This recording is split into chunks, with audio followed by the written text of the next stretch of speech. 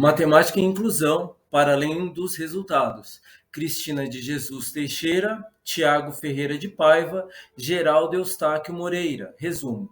Esse artigo é produto do trabalho em equipe de pesquisadores da área de educação matemática, cujas pesquisas convergem em algum ponto para a temática inclusão. Dentro dessa temática, intenta-se analisar a díade inclusão e exclusão no contexto educacional atual e descrever ações de inclusão em uma abordagem formativa de aprendizagem matemática.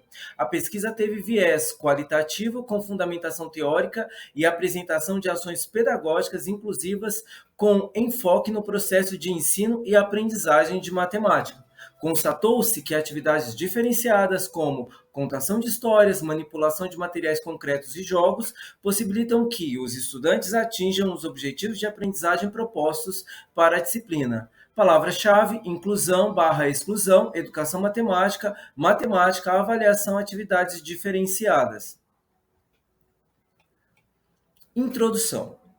Quando se fala em inclusão, no contexto educacional, geralmente o cenário que se manifesta está relacionado aos estudantes que apresentam óbvias necessidades educacionais especiais e ou alguma deficiência. Provavelmente, esse entendimento está associado ao exposto no capítulo 5, artigo 48, da Lei de Diretrizes e Bases da Educação, LDB, na qual entende-se por educação especial, abre aspas, a modalidade de educação escolar oferecida para educandos com deficiência, transtornos globais do desenvolvimento e altas habilidades ou superdotação, fecha aspas, LDB, capítulo 5, artigo 58, 1996.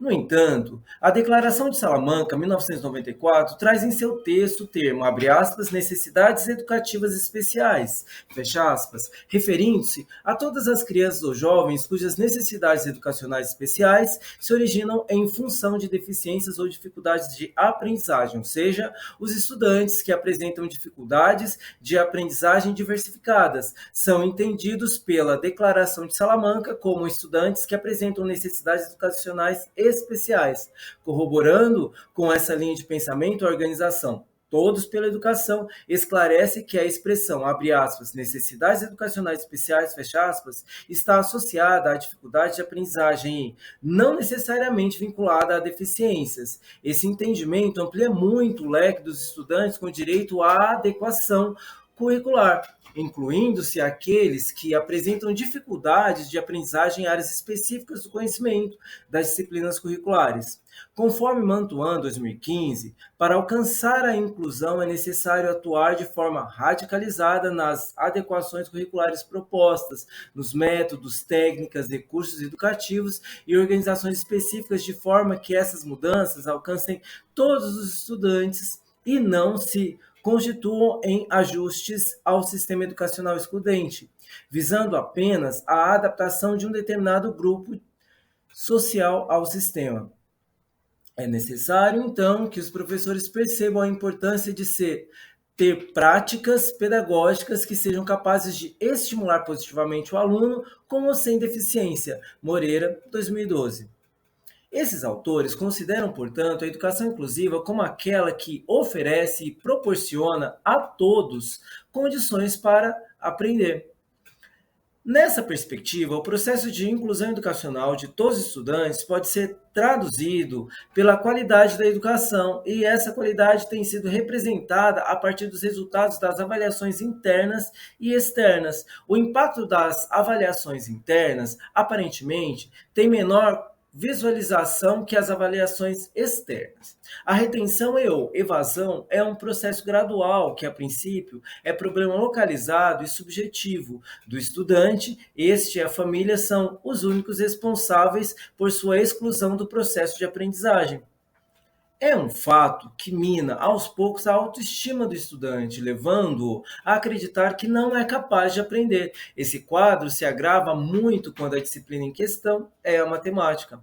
Quanto às avaliações externas, os resultados são apresentados em função dos desempenhos de todos os estudantes em uma determinada área do conhecimento, de uma escola, de um estado, de um país. Portanto, não se pontua o desempenho do estudante X, e sim a aprendizagem da disciplina Y. Aqui se aglomeram e se avultuam os resultados, que antes individuais agora são coletivos, daqueles estudantes retidos e ou evadidos, excluídos do processo de aprendizagem. Esses resultados das avaliações externas, com maior visibilidade, são antes responsabilidade da escola e dos governos que do estudante e da família.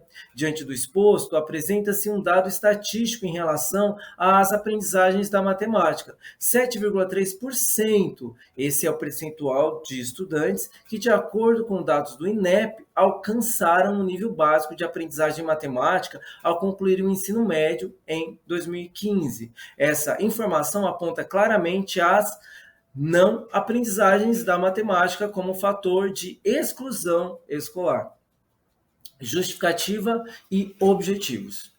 Os números sobre a inclusão de estudantes que apresentam alguma deficiência, transtornos e altas habilidades têm aumentado vertiginosamente. Moreira, 2016a. De acordo com o Censo Escolar de 2016, INEP, 57,8% das escolas brasileiras têm estudantes com deficiência, transtornos globais do desenvolvimento ou altas habilidades incluídos em classes comuns. Em 2008, esse percentual era de apenas 31%, ou seja, o quantitativo de estudantes incluídos em classes comuns quase dobrou em 8 anos. Esses resultados evidenciam que há um progresso em relação à inclusão na perspectiva dos estudantes que apresentam laudos. Mas o que se pode dizer em relação aos estudantes que apresentam dificuldades de aprendizagem em determinadas áreas do conhecimento, como é o caso da disciplina curricular matemática?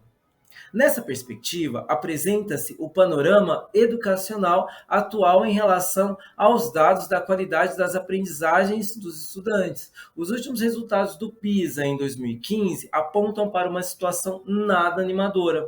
Em leitura, 50,99% dos estudantes estão abaixo do nível básico de proficiência. Em ciências, esse número sobe para 56,6%. E em matemática, 70,25% dos estudantes estão abaixo do que é considerado como nível de aprendizagem básica. Com relação aos estudantes que concluíram o ensino médio, de acordo com o portal do INEP, em 2015, o percentual de estudantes com aprendizado adequado em língua portuguesa foi de 27,5%.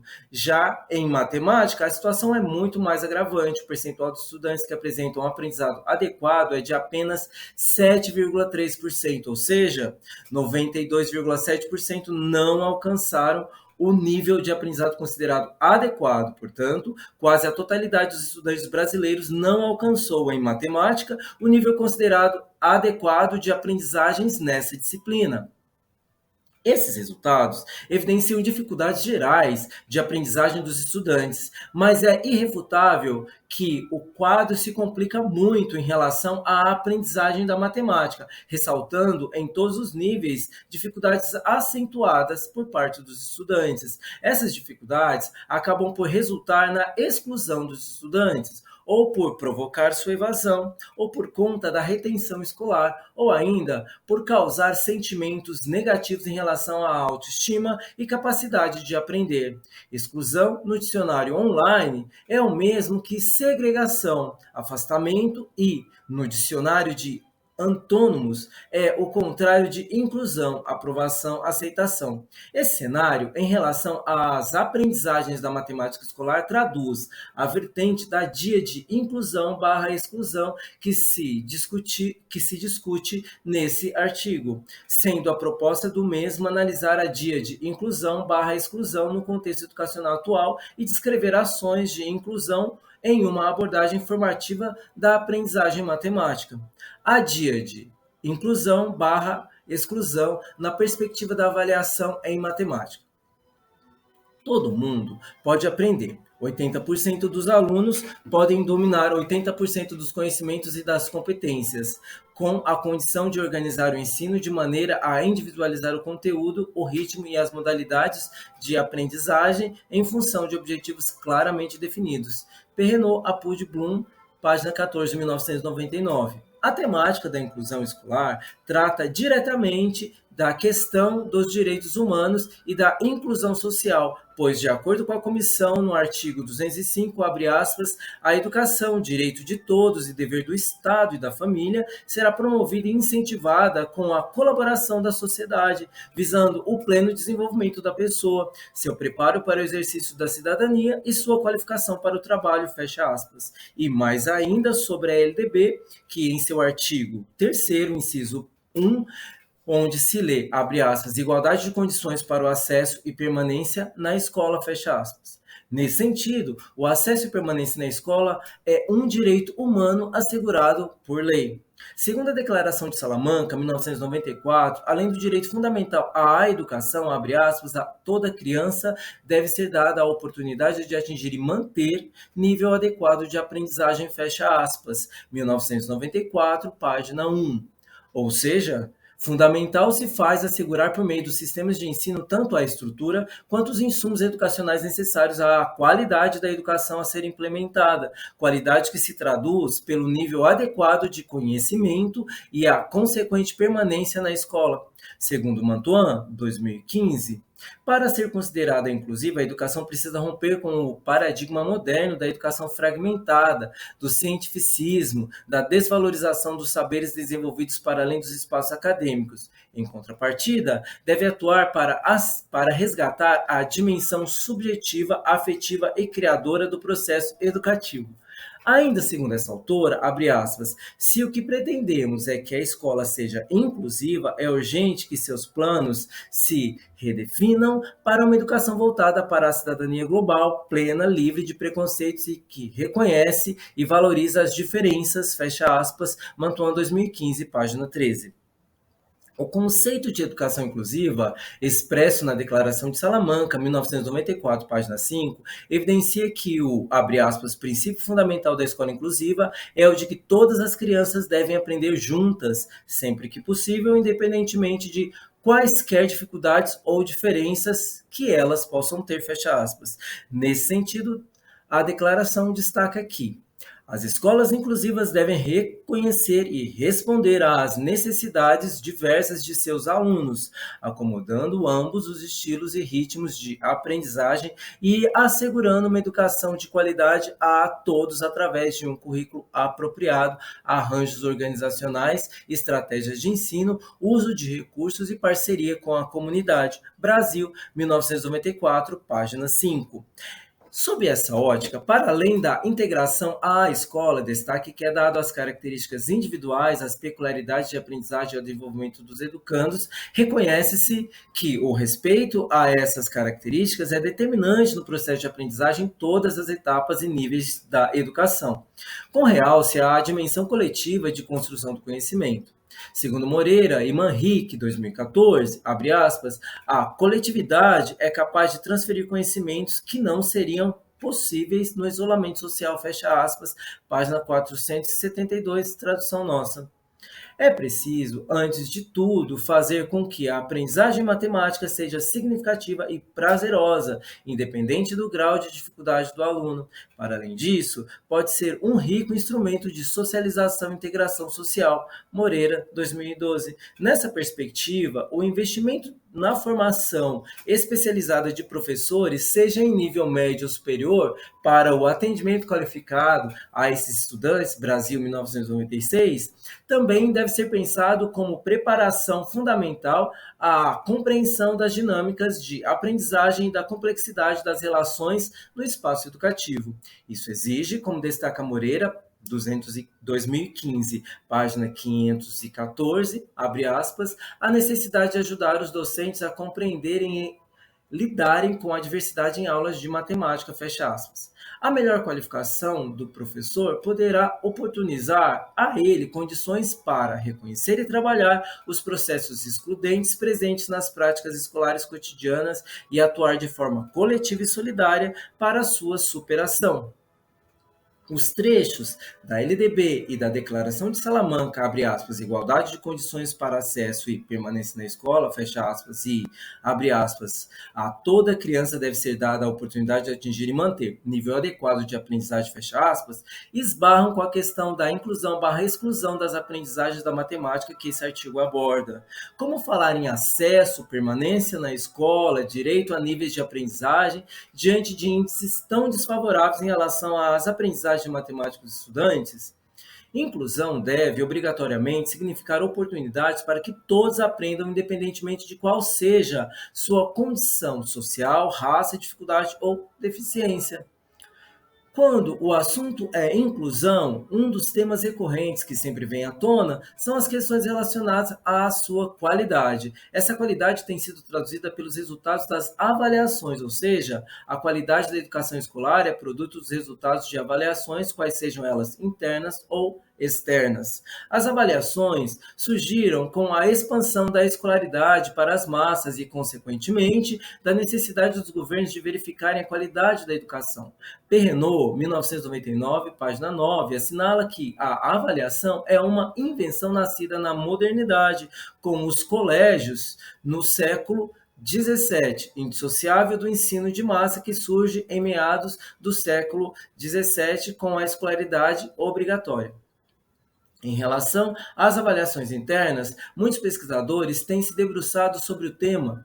Perrenot, Fernandes, Freitas concordam e insistem que são necessárias mudanças urgentes nas formas de avaliar e também do lugar que a avaliação ocupa nos processos de aprendizagem. Para esses autores, a avaliação é apenas um segmento do processo de ensino e aprendizagem que se designa ao diagnóstico dos estágios onde se encontram os estudantes e não um fim em si mesma, devendo ser a avaliação um instrumento centrado nos processos percorridos pelos estudantes e não os resultados desses processos.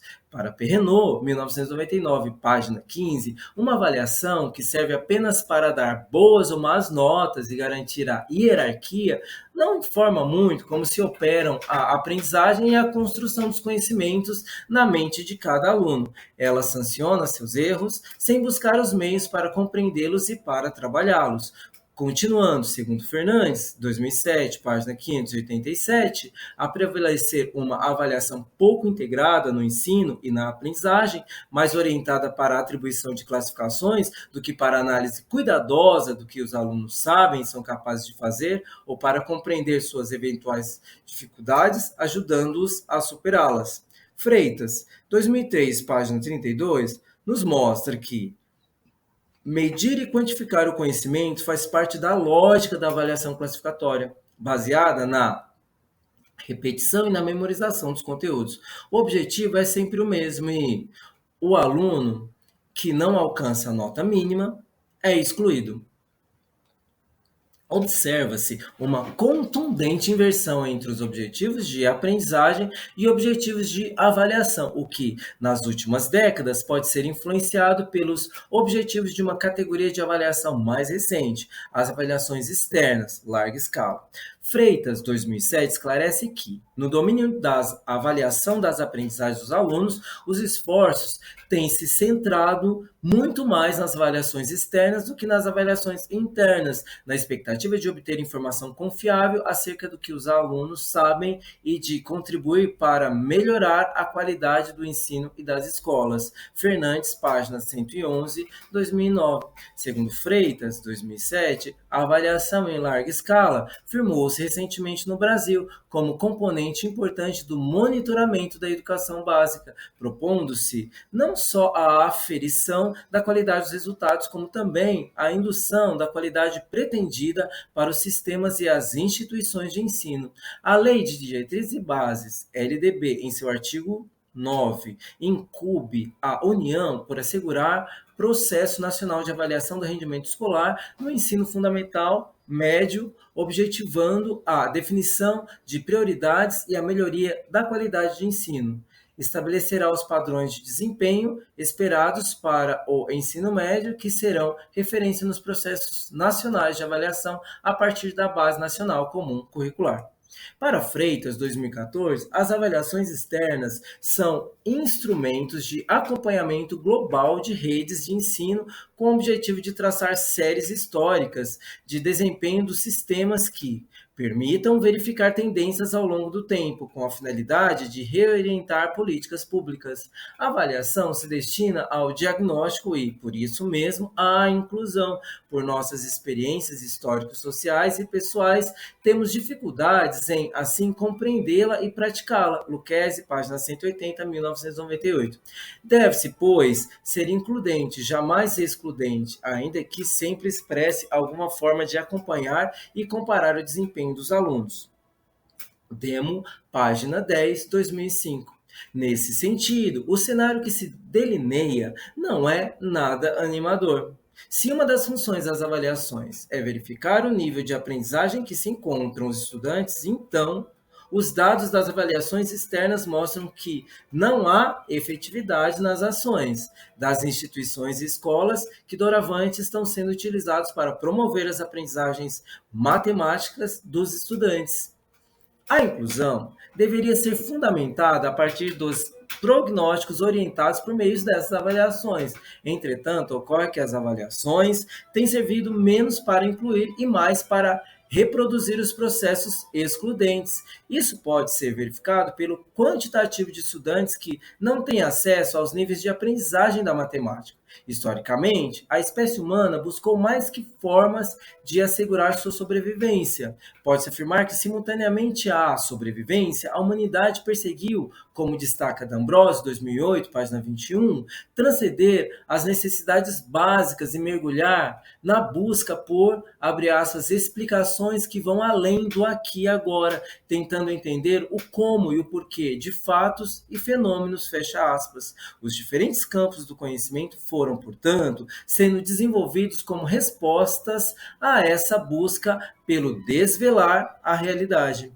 É nesse contexto que se insere a necessidade do trabalho pedagógico ser voltado para a produção do conhecimento em matemática, ao mesmo tempo em que as pessoas precisaram construir respostas às suas necessidades imediatas na relação com o ambiente, utilizando, por exemplo, a matemática abstrata no estudo dos fenômenos naturais. Foram além e, em decorrência da dimensão social, ambiental, cultural e emocional em que estavam envolvidos, acabaram por transcendê-los, utilizando-os na busca por respostas estratégicas para as situações vivenciadas.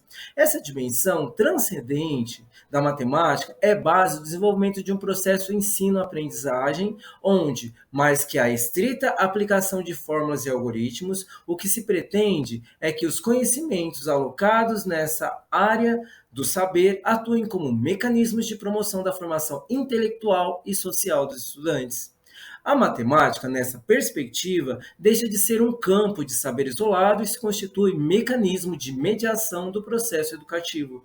Portanto, para proporcionar condições efetivas das aprendizagens da matemática na perspectiva da construção do conhecimento de forma significativa, é necessário que o trabalho pedagógico seja pautado em uma abordagem de aprendizagem formativa.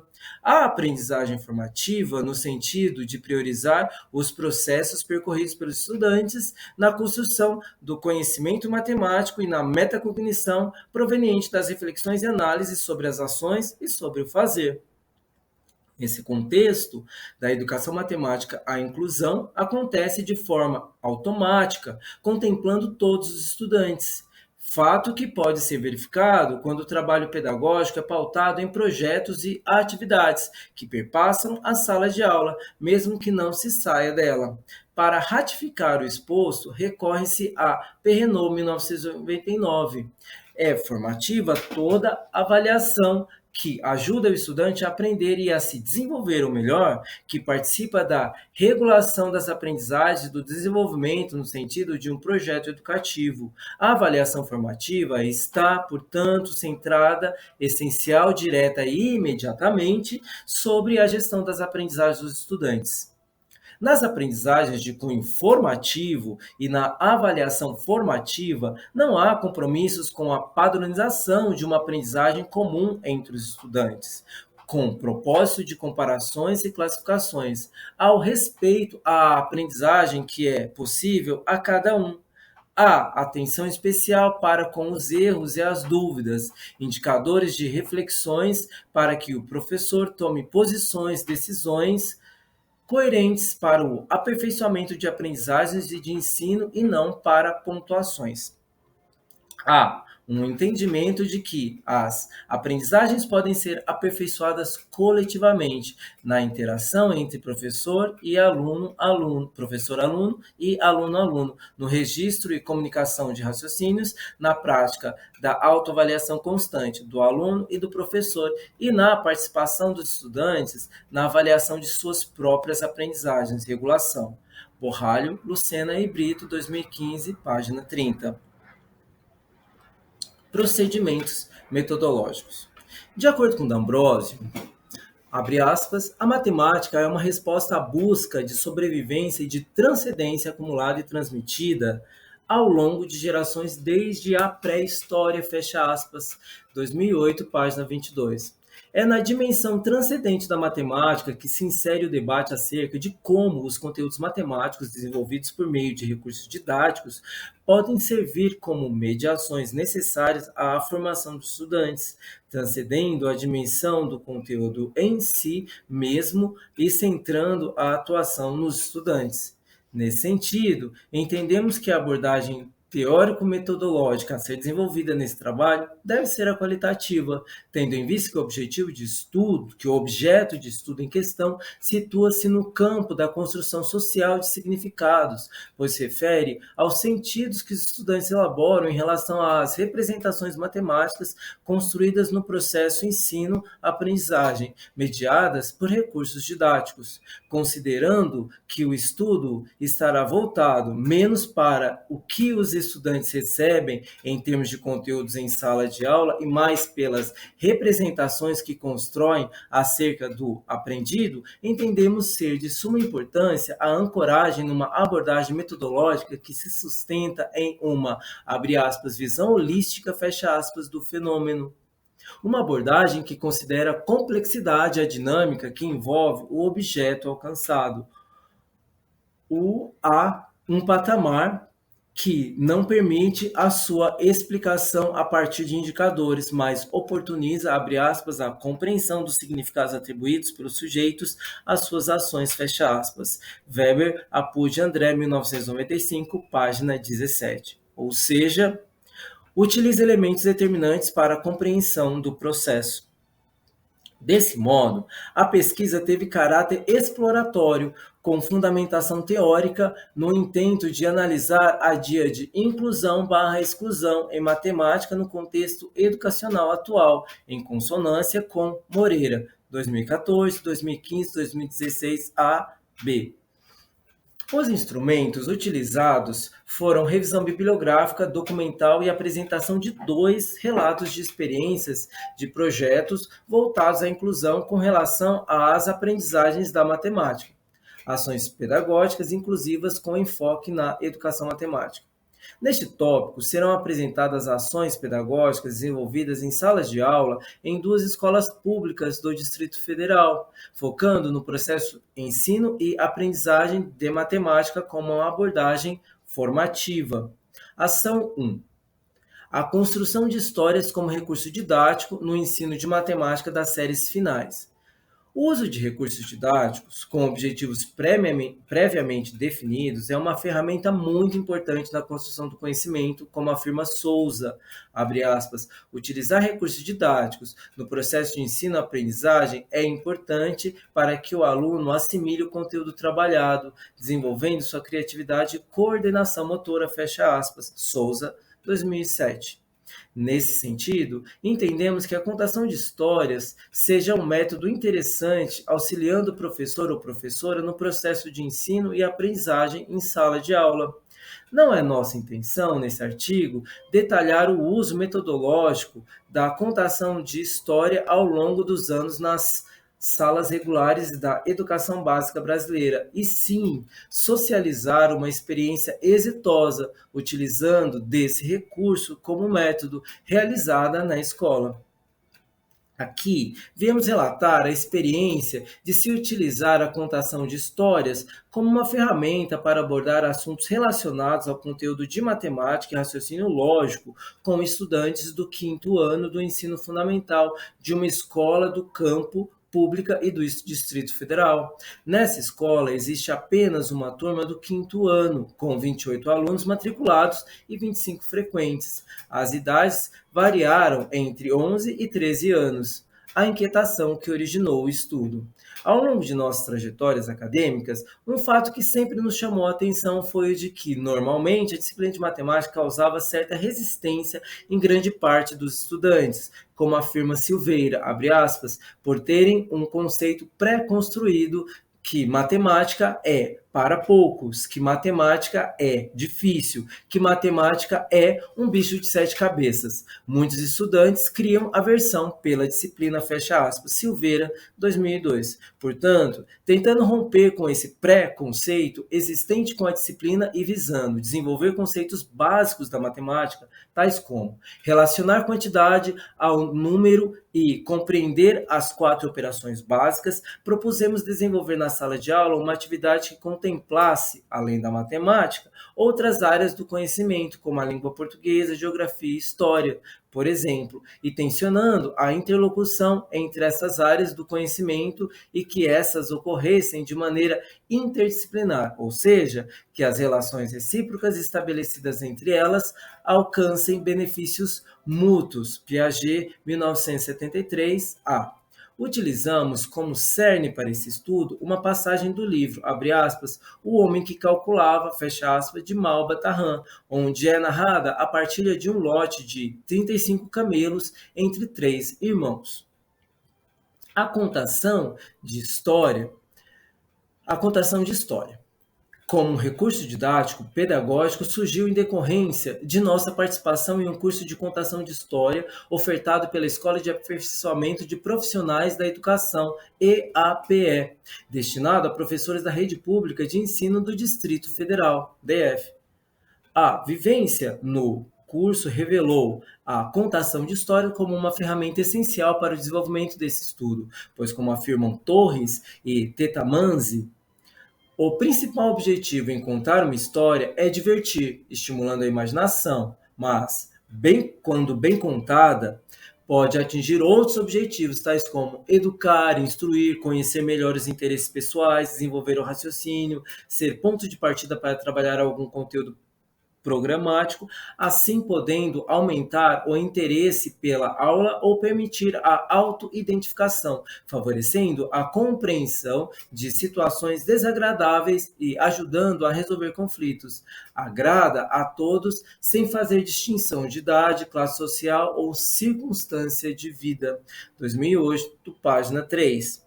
Em vista disso, iniciamos a atividade contando para os estudantes essa passagem do livro. Primeiramente, fizemos a contextualização. Situamos os estudantes onde e quando aconteceu a história. Para isso, tivemos o cuidado de usarmos frases e fazer perguntas com a intenção de instigá-los a criarem a imagem da paisagem mentalmente como, abre aspas. Essa história aconteceu há muito tempo, no deserto, lá pelas bandas do Antigo Egito, fecha aspas. Abre aspas. Vocês sabem onde fica o Egito? Fecha aspas. Abre aspas. Vocês sabem como é um deserto? Fecha aspas. Abre aspas. Que animais e plantas tem um deserto? Fecha aspas. Abre aspas. O que é um oásis? Fecha aspas. E já relacionávamos as respostas dadas pelos estudantes com a história, a biodiversidade e a cultura daquela região. E, a partir de então, os personagens eram apresentados à medida que a história se desenrolava.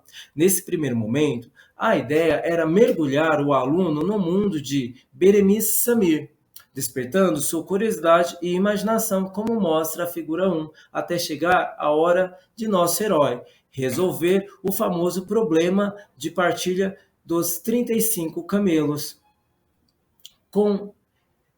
Quando esse esperado momento chega, convidamos os estudantes a nos ajudar a fazer a partilha desses camelos entre irmãos. Figura 1, contação de histórias. Fonte própria dos autores. Na figura 1, há um professor contando uma história de frente a alunos prestando atenção a ele. Ao final, pedimos para os estudantes fazerem em forma de desenho a representação da história que tinha sido contada e como tinham procedido para fazer a partilha dos camelos. Resultados percebidos após a contação de histórias. Observando os índices de avaliação das escolas brasileiras, como o IDEB, Índice de Desenvolvimento da Educação Básica, quando se trata de matemática, fica evidente o quanto que essa disciplina ainda causa aversão aos estudantes. Como afirma Silveira, muito disso se deve às, abre aspas, verdades cristalizadas, já que a matemática parece não poder ser contemplado com um olhar diferente, fecha aspas. Silveira, 2002, página 2. Porém, vários estudos sobre educação, em especial sobre educação matemática, vêm apontando que é possível romper com essas verdades pré-construídas ao longo da história. E consoante aos pensamentos de Bianchini, Dullius e Gerhardt, 2010, a utilização de recursos didáticos distintos e alternativos representa ótima ferramenta, transformando a matemática em uma disciplina prazerosa e cativante, tanto para o professor quanto para o aluno no processo de ensino e aprendizagem dessa disciplina. Sob esse olhar, iniciamos com uma averiguação bastante positiva do estudo e, de maneira geral, os estudantes se mostram muito mais atentos que o de costume, demonstraram maior capacidade de concentração e a grande maioria da turma tentou desenvolver as atividades propostas. Percebemos que, ao desenvolver a divisão dos camelos, os estudantes lançaram mão de diversos artifícios para tentar solucioná-lo. Alguns fizeram tracinhos, outros pontinhos, desenhos, dentre outros. Mas o mais importante nessas observações feitas por nós foi o empenho e alegria que esses estudantes tiveram para resolver esse probleminha. Destacamos que, ao situar o objeto de estudo no contexto da educação matemática, teremos a oportunidade de trabalhar as multirepresentações e relações e determinações que ocorrem entre ensino, aprendizagem e conhecimentos matemáticos. Também será possível analisar o fenômeno em contexto sociocultural específico, considerado pela abordagem qualitativa como uma necessidade. Segundo André, 1995, página 17, o estudo do fenômeno, abre aspas, em seu acontecer natural, fecha aspas, é fundamental para o desvelar da realidade. Ação 2. Jogos adaptados à matemática do 7º ano. Essa ação pedagógica tenciona expor uma experiência exitosa sobre um projeto desenvolvido nas aulas de matemática com estudantes dos 7º anos de uma escola pública de Brasília. O mesmo originou-se da necessidade de alcançar todos os estudantes, acoplando teoria e prática em atividades que fossem prazerosas e interessantes para os mesmos, entendendo ser a escola espaço de produção de conhecimento e de incentivo à criatividade. Esta deve oferecer a todos os estudantes ferramentas que potencializem o aprendizado e que auxiliem na promoção do desenvolvimento de suas habilidades. Diante disso, foi desenvolvido um projeto de trabalho que alia construção de material concreto, jogos manipuláveis, utilização de ferramentas de informática, pesquisa e aplicação e revisão de conteúdos curriculares de matemática trabalhados até o 7º ano.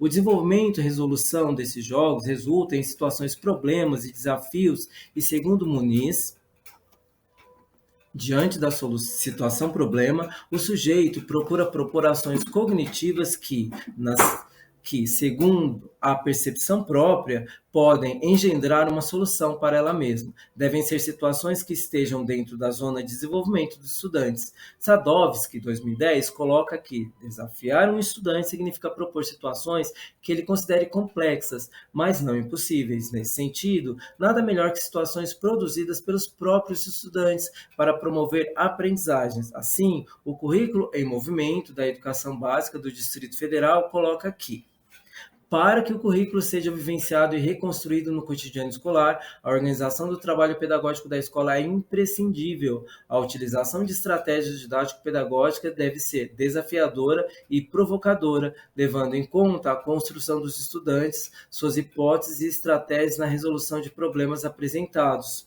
O ambiente educativo, rico em recursos, materiais didáticos atrativos, diversificados e situações problematizadoras que contemplem todas as áreas do conhecimento disponibilizadas aos estudantes, promovem a reconstrução das aprendizagens por meio da ação investigativa e criadora. Distrito Federal, página 14, 2012. Além disso, o estudante, ao chegar ao sétimo ano, se depara com conteúdos curriculares bem diferentes dos que estudou até então. Desse modo, para efetivar a transição desses conteúdos de forma lúdica, foi construído esse projeto de jogos matemáticos adaptados aos conteúdos curriculares. O projeto tem arcabouço em teóricos como Dante, 2003, Muniz, 1999, Sadovski, 2010, Polya, 1986 e Moreira, 2012, 2014, 2016b, entre outros, que comungam com a ideia de que as situações problema, ou seja, situações desafiadoras, que nesse projeto são dadas na forma de jogos, podem levar os estudantes a desenvolver o gosto por atividades matemáticas. A indagação, o questionamento, a problematização e a socialização presentes em atividades colaborativas e inerentes às situações problema tiram o estudante do lugar comum, levando-o ao exercício do raciocínio, criando novas estruturas que permitam dar conta de elaborar esquemas para a resolução do desafio/jogo.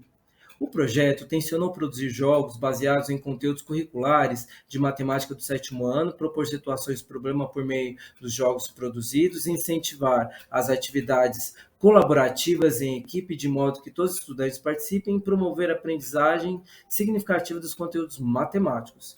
Procedimentos metodológicos. Em qualquer atividade pedagógica, em qualquer aula, importa-nos primeiro conhecer o aluno. Ao conhecê-lo, a professora e o professor ajudam na construção das ideias e na elaboração de conceitos de uma forma mais esquematizada. Moreira, 2014. O projeto de criação e construção dos jogos matemáticos pelos estudantes tem abordagem formativa, a ênfase é dada ao longo do processo de construção e desenvolvimento dos jogos. Cada equipe criou/adaptou um jogo fundamentando nos conteúdos curriculares de matemática do sétimo ano. Foi solicitado aos estudantes que fizessem pesquisas sobre jogos, descrevessem como seria a adaptação e ou criação e criassem suas regras. Em seguida, foi feita a testagem, jogando para verificar possíveis erros e, em seguida, foi confeccionada e apresentada a versão final do jogo. Como culminância, foi feita a troca dos jogos entre os grupos. Essas atividades foram desenvolvidas ao longo do terceiro e quarto bimestres. Resultado: as análises das observações dos processos de construção e aplicação dos jogos evidenciaram que o projeto atingiu todos os objetivos propostos. Todos os alunos tiveram seus trabalhos finalizados. A proposta de trabalho em equipe permitiu que os estudantes conhecessem e valorizassem as habilidades de seus pares. Foi possível observar promoção das aprendizagens individuais a partir do trabalho colaborativo entre os pares. Todos os estudantes alcançaram os objetivos propostos em relação aos conteúdos trabalhados. É preciso, antes de tudo, fazer com que a aprendizagem matemática seja significativa e prazerosa, independentemente do grau de dificuldade do aluno. Para além disso, pode ser um rico instrumento de socialização e integração social. Moreira, 2012. 12. Figura 2. Apresentação dos jogos produzidos. Fonte própria dos autores. Uma sequência de 3 fotos com alunos expondo os jogos que eles fizeram.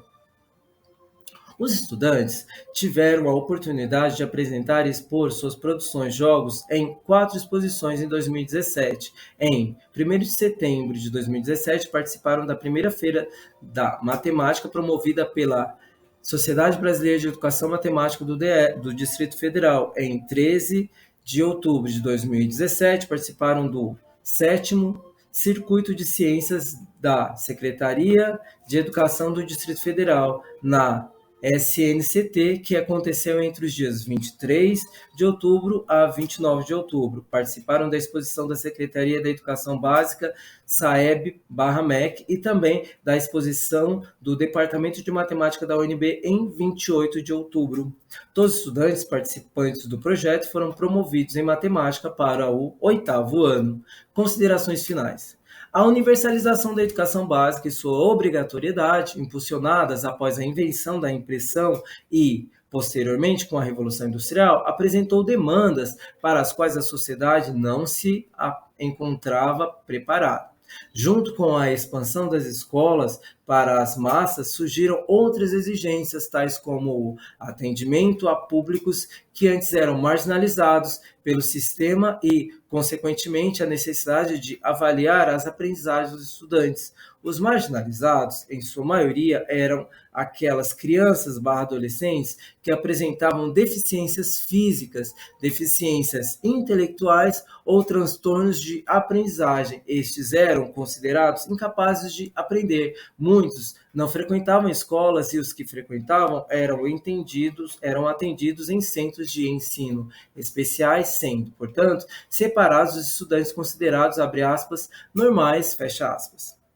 Nas décadas de 1980 e 1990, aconteceram movimentos mundiais que foram extremamente importantes para o início do movimento da inclusão. A Conferência de Jomtien, na Tailândia, em 1990, denominada Conferência Mundial sobre Educação para Todos, cujo objetivo era estabelecer compromissos mundiais para garantir a todas as pessoas os conhecimentos básicos necessários a uma vida digna. De Salamanca, em 1994, que é considerada um dos principais documentos mundiais visando a inclusão social, ao lado da Convenção de Direitos da Criança, 1988.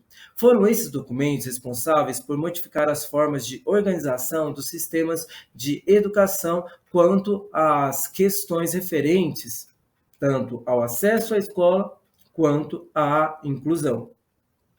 Houve, a partir daí, mudanças de ordem estrutural, tanto físicas como nos currículos. A LDB, de 1994, passou a assegurar atendimento especializado e uma série de outras ações que oportunizassem aprendizagens iguais para os estudantes respaldados por lei. No entanto, para além dos estudantes que apresentam necessidades educativas especiais corroboradas por especialistas e médicos, há outra categoria de estudantes que se mantém à margem dessas aprendizagens, ou seja, do que é entendido como domínio dos níveis de aprendizagem mínimas e para os quais não têm sido dadas oportunidades que permitam que os mesmos estejam em condições de se desenvolver em patamares iguais aos dos demais estudantes. Essa categoria diz respeito aos estudantes que apresentam dificuldades específicas em uma dada disciplina curricular, no caso em matemática,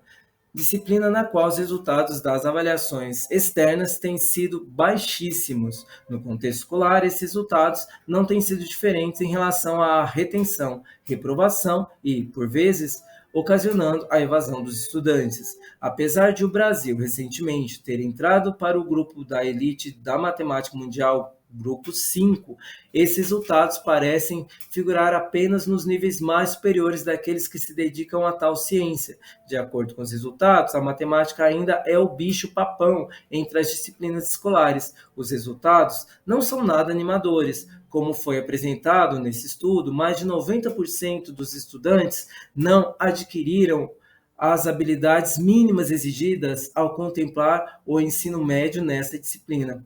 Em 2016, o índice de retenção no ensino fundamental foi de 12,7% e, no ensino médio, de 13%, o que implica num total de 2.177.828 estudantes retidos, sendo que, acima de 5%, a indicação do Ministério da Educação é que sejam definidas estratégias para conter o avanço da evasão escolar e, acima de 15%, a indicação é que haja intervenções no trabalho pedagógico, pois muitos estudantes poderão ficar fora da escola.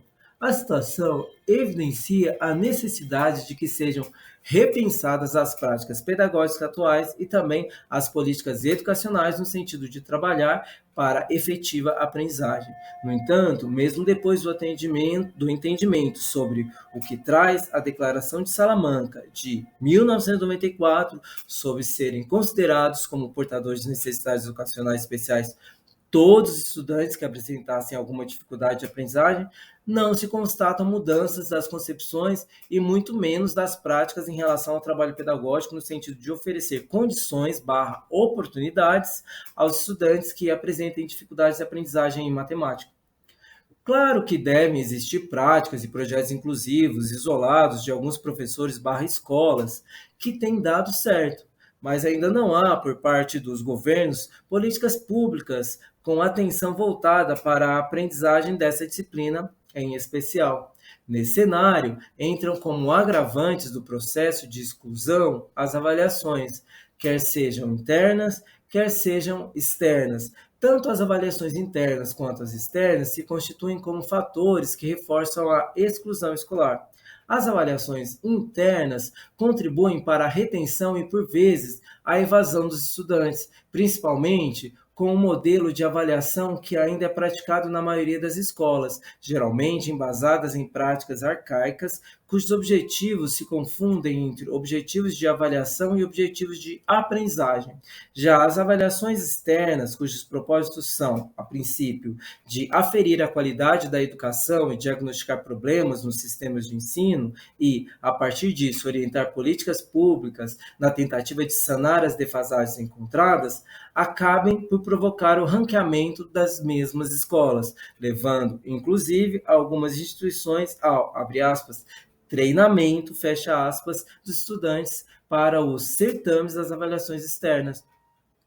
Em contrapartida, existem, em algumas escolas, projetos que caminham na contramão do exposto acima. Foram feitos 2 relatos de ações pedagógicas exitosas no ambiente da educação matemática com enfoque formativo, visando a inclusão de todos os estudantes, sejam portadores de laudo ou dificuldades de aprendizagem. A primeira ação pedagógica traz a experiência da utilização de um recurso didático alternativo, a contação de histórias, tendo como objetivo trazer os conteúdos matemáticos e a interdisciplinariedade de uma maneira mais lúdica, fazendo com que o estudante se sinta protagonista na construção do próprio conhecimento e não apenas um mero receptor e armazenador de informações, sempre priorizando suas potencialidades e não as suas limitações. Nesse sentido, a contação de histórias surge como uma ferramenta excelente para se fazer essa ponte entre professor e estudante, diminuindo as possíveis, abre aspas, barreiras, fecha aspas, e a má fama de, abre aspas, bicho-papão, fecha aspas, que a disciplina de matemática traz consigo, transformando-a em uma disciplina desafiadora, instigante e prazerosa para os estudantes. Já a segunda ação pedagógica diz respeito à construção de jogos a partir de conteúdos trabalhados durante o ano letivo, no caso, o 7º ano.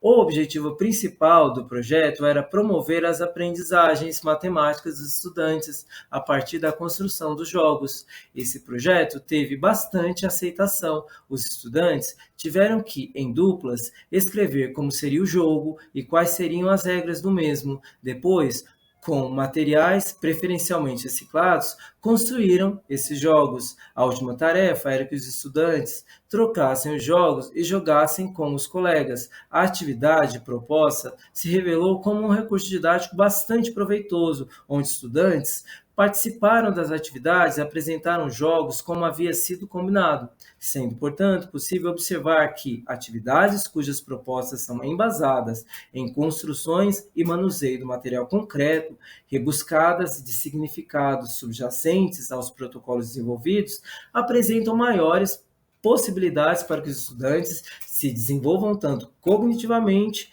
quanto em relação aos conteúdos propostos. São atividades que trazem muito mais informações sobre a aprendizagem dos estudantes que avaliações descontextualizadas e que pouco revelam sobre o que realmente sabem os estudantes. Desse modo, concordando com Raj, 2001, Hoffman, 2001 e Lucchesi, 1998, é muito mais importante buscar compreensão acerca dos desempenhos dos estudantes como diagnóstico para propor e promover intervenções a partir das aprendizagens nas quais os mesmos apresentam defasagens que fazer explanação dos resultados de avaliações enquanto sucesso ou fracasso escolar. Atividades, como as apresentadas nesse artigo, nas quais as aprendizagens de matemática são desenvolvidas em uma perspectiva formativa, colocando estudantes como sujeitos ativos na construção de seu conhecimento, apresentam possibilidades reais que incentivam tanto as aprendizagens como as potencialidades de criatividade dos mesmos, em tempos de graves ataques à educação pública, como aquelas previstas no projeto de emenda à Constituição, PEC 98 do governo federal, nomeada como PEC do teto dos gastos públicos, que estabelece corte de verbas para investimento e desenvolvimento do ensino, da pesquisa e inovação, é muito importante que haja, por parte daqueles que elaboram as políticas públicas, preocupação em evidenciar a necessidade de desenvolver projetos voltados para as aprendizagens lúdicas, manuseios de materiais concretos, contação de histórias e outras tantas atividades que têm tido êxito na promoção de aprendizagens matemáticas e disciplinas afins, com o propósito de agregar experiências exitosas como essas, os planos de trabalho dos professores e professoras, de maneira que a troca de conhecimento matemático ocorra de forma natural e significativa. Referências: André Bianchini, Brasil, D'Ambrosio, Dante, Brasil, Demo, Distrito Federal, Dourado, Fernandes, Freitas, Hadi, Hoffman, Lucchesi, Mantuan, Melo e Souza, Moreira,